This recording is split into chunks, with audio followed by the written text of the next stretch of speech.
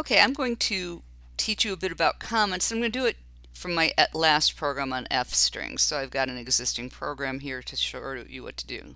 This is a docstring multi-line comment.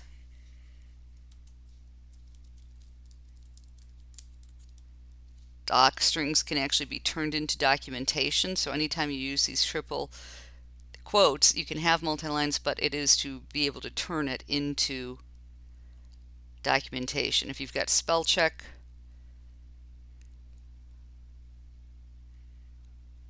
I can't spell my name. I add it when I add spell check. Okay, so you would document your code like this.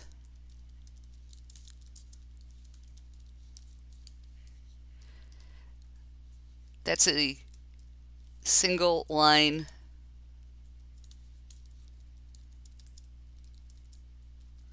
where I tell about the next block of code. I can also use keyboard shortcuts, and this is the control slash, the one that's under the question mark on Windows. On Mac it would be command, and comment those out so that code isn't run. So I can comment out blocks of codes, which can be really helpful in debugging. I can also do a special kind of